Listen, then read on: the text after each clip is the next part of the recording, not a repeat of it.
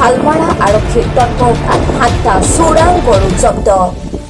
দক্ষিণ হালমাৰা থানাৰ অন্তৰ্গত ৰাভাতাৰীত আজি পুৱা 8 বজাত দক্ষিণ হালমাৰা থানাৰ ভাৰপ্ৰাপ্ত আৰক্ষী বিষয়া অতুল ৰয় প্ৰধানীৰ নেতৃত্বত এক গোপন সূত্ৰৰ পমখেদি অভিযান চলাই 7টাকৈ চোৰাং গৰু জব্দ কৰে।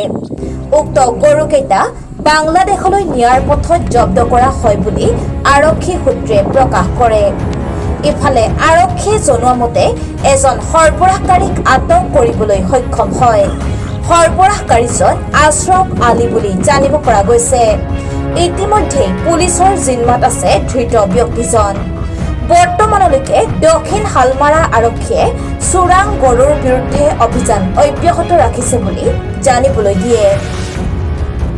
ফকিৰগঞ্জৰ পৰা মনোৱাৰ হুছেইনৰ ৰিপৰ্ট, ব্ৰহ্মপুত্ৰ লাইভ 24।